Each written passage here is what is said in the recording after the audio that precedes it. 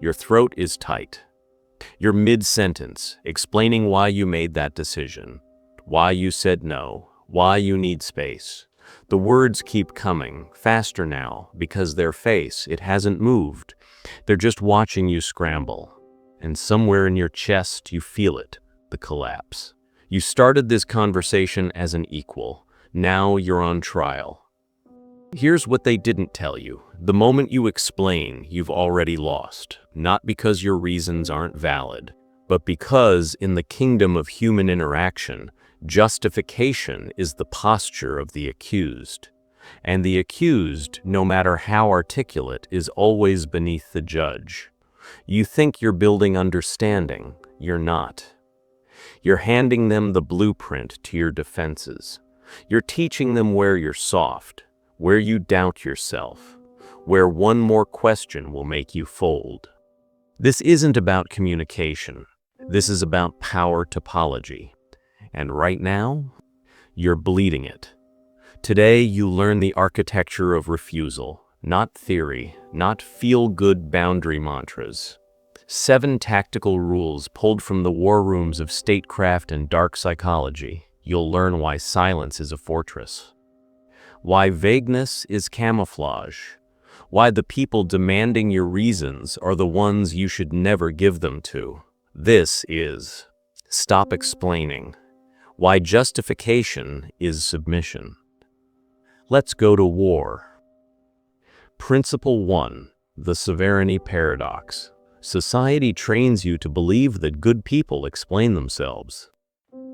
That transparency equals respect. That if you just articulate your reasoning clearly enough, people will honor your boundaries.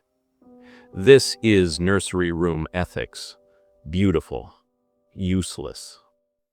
To a manipulator, your explanation is not information. It's inventory. They're not listening to understand. They're scanning for the weakness in your logic. The contradiction, the emotional crack they can pry open. Machiavelli wrote, "The promise given was a necessity of the past. The word broken is a necessity of the present." Translation, your reasons are just obstacles they need to route around. Every justification you offer is a lock they can pick. This is called justification drift. You start explaining reason A, they dismantle it. You pivot to reason B, they attack that. By reason C, you're defending positions you don't even believe in. And now you look inconsistent, unreliable, emotional. They didn't prove you wrong, they just made you prove yourself tired.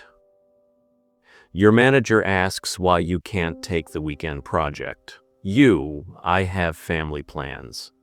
Them, can't they reschedule? You, it's my nephew's birthday. Them, birthdays happen every year.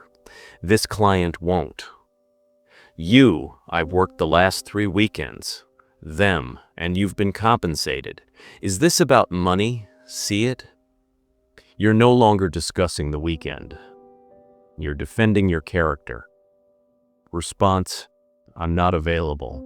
That's it. No reasons. No cushioning. No, I'd love to, but if pressed, it doesn't work for me. If pressed again, I've already said no. You're not a lawyer. You don't owe them a closing argument. The sovereign state does not explain its borders to invaders. It simply enforces them. Principle 2, the void. Silence is awkward. Silence is rude. Silence means you're hiding something, so we fill it. We perform emotional labor to make them comfortable with our no. Silence is the most violent move in conversation. Not because it's cruel, because it's unreactive. It refuses to participate in their frame, and that refusal, it's destabilizing. Sun Tzu, in the midst of chaos, there is also opportunity. But only if you're the one who isn't panicking. When you go quiet after a demand, you create what interrogators call negative space. The other person's brain abhors the vacuum. They'll fill it. They'll overshare, overcommit, reveal their actual agenda. Meanwhile, you're just watching.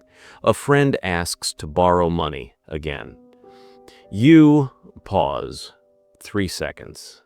Eye contact. Them. It's just until Friday, I swear. I know I said that last time, but you, another pause. Them, look, if it's a problem, I can ask someone else. I just thought, I'm not able to do that. Them, why not? Is this about you? Silence. They'll spiral. They'll negotiate with themselves. You didn't argue. You didn't justify.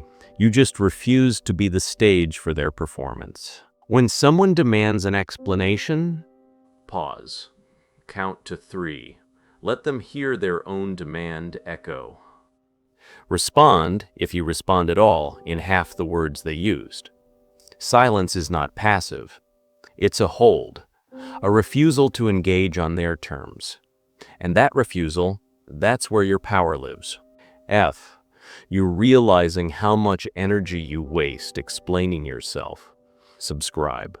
This channel is your tactical manual. Principle 3, the spotlight inversion. They're questioning you, so you're the one under examination. You're the one who needs to prove legitimacy. The person demanding justification has already committed an aggression. They've assumed authority over your choices. That assumption, that's the crime scene, not your refusal. This is frame control. Whoever sets the terms of the debate wins before the first word. If you accept the role of defendant, you've already validated their role as judge. Machiavelli, men judge generally more by the eye than by the hand, for everyone can see but few can feel. Translation: perception isn't about truth, it's about who looks certain. Your mother, why don't you come to Thanksgiving this year? You, I'm staying home. Her, what does that mean? You don't want to see the family. You, it means I'm staying home. After everything, stop. She's trying to prosecute your choice. But here's the inversion. You, why is my presence required? Flip it. Make them justify. Not with hostility, with genuine curiosity. You're not being defensive. You're auditing their claim. Her, because you're family. You, and I'll see you another time. Her, why can't it be Thanksgiving? You, it just doesn't work this year. You're not explaining. You're not defending. You're simply not accepting the frame where your decision needs external validation. The inversion, don't justify, redirect. Make them sell you on why their expectation is reasonable. Principle 4, the gray rock. If you just share less, they'll lose interest, so you withdraw emotionally, but you still engage logically. Logic is still engagement. It still gives them material. What you need is to become tactically boring. This is borrowed from abuse survival psychology, the gray rock method. You become so unremarkable, so devoid of narrative hooks that you're no longer interesting to extract from. But here's the tactical upgrade. You're not gray because you're scared. You're gray because it's efficient. Why waste ammunition on someone who isn't an ally? Coworker who gossips. So what's going on with you and Sarah? I heard you two had it out. Standard response: no, we're fine. It was just a misunderstanding about the report. Still engaging, still feeding the narrative. You, nothing dramatic. Them, but I heard. You, yeah, work stuff. Pretty boring. Them, she seemed really upset. You, I wouldn't know. I've been buried in deadlines. No denial, no confirmation, no emotional color. You're not defensive, you're just beige. They'll probe twice more, then move on. You didn't give them the story. You didn't argue. You just refused to be interesting. If this is rewiring how you see power, hit like. It tells me you're ready for deeper tactics. Principle 5, the precedent trap. If you explain yourself this once, they'll respect your boundary next time. Every explanation is a precedent. It establishes that you owe explanations. And precedents compound. This is the negotiation ratchet. Once you justify, they know you can justify. So next time, they'll expect it. And if you don't provide it, they'll claim you're being unfair. You explained last time. Why are you being difficult now? You taught them the game. Now they're playing it. Your friend asks why you can't make their party. First time, you explain, I have a work deadline. They accept it. Second time, I'm not free. Them, why not? What's going on? See it? You set the standard. Now anything less is suspicious. From the beginning, establish, I don't break down my schedule. If I say I'm unavailable, I'm unavailable. Not hostile, not apologetic, just clear. And if they push, I don't do the prove it thing. That's not how I operate. You're not defending the choice not to explain. You're stating a policy. Policies don't need justification. They are the justification. Principle 6, the punishment fantasy. They need to understand why you're saying no so they won't be hurt. They're not hurt by your reason. They're hurt by your refusal. No explanation will soften that. You're not managing their disappointment. You're managing their control. This is counterfeit empathy. You think you're being kind, but what you're actually doing is trying to punish-proof your decision. You're pre-negotiating with their potential anger. And here's the trap.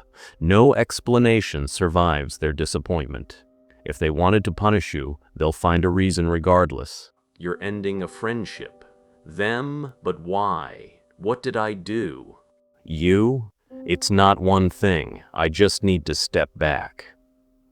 Them, that's not fair. I deserve to know. You're thinking, if I just explain the specific moments, they'll understand. No, they'll litigate each moment. They'll contest your interpretation. And now you're in a courtroom over your own feelings.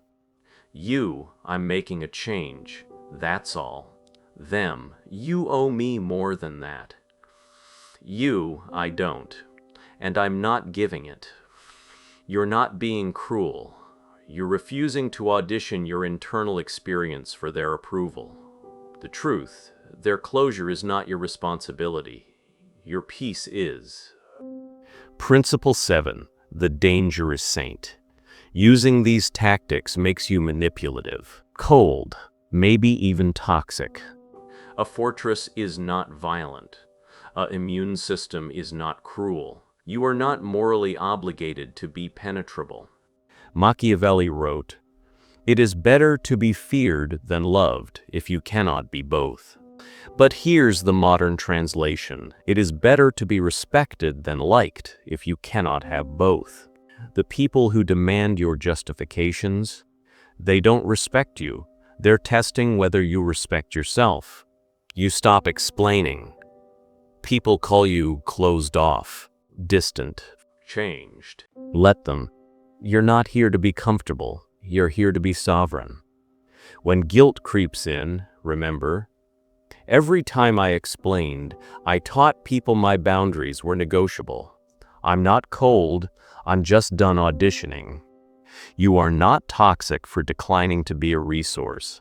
You are not the villain in someone else's story just because you stopped being the victim in your own. Tomorrow morning, identify your justification trigger. Who makes you explain the most? Write their name, that's your battleground. Script your refusal, write down 3 versions, I'm not able to. That doesn't work for me. I've already decided. Practice the pause. Set a timer. Sit in silence for 10 seconds. Feel the discomfort. That's the weapon. The 7-day experiment. For 1 week, refuse to explain any decision you've already made. Not to strangers. Not to intimates. Track it. How many times were you pushed? How many times did they drop it faster than you expected? The morning ritual. Before you check your phone, say this: I am not on trial. I don't owe anyone the blueprint to my choices. My no is complete. The architect's choice. Let me talk to the guilt. You're thinking, isn't this manipulative? Here's the question you should be asking. Who taught you that protecting yourself is manipulation? Was it the people who benefited from your porousness? The ones who could always find the crack, the explanation, the soft excuse to wedge open? You're not learning to deceive, you're learning to stop being harvested. A soldier is not cruel for refusing to explain her strategies to the enemy. A state is not tyrannical for enforcing its borders. You are not a villain for treating your life like territory worth defending. Machiavelli's whole thesis was this: goodness without power is extinction. You can be kind, generous, loving, but if you're those things and weak, you'll be consumed by people who are none of those things and strong. So yes, learn to be dangerous, not cruel. Dangerous. There's a difference. Cruel people harm for pleasure. Dangerous people harm only when necessary, and never doubt the necessity. You don't owe the world your reasoning. You don't owe anyone a manual to your boundaries. You are not a resource to be audited. You are the state. Act like it. Stop explaining. Start enforcing. And watch how fast the war ends when they realize you're no longer fighting on their terms.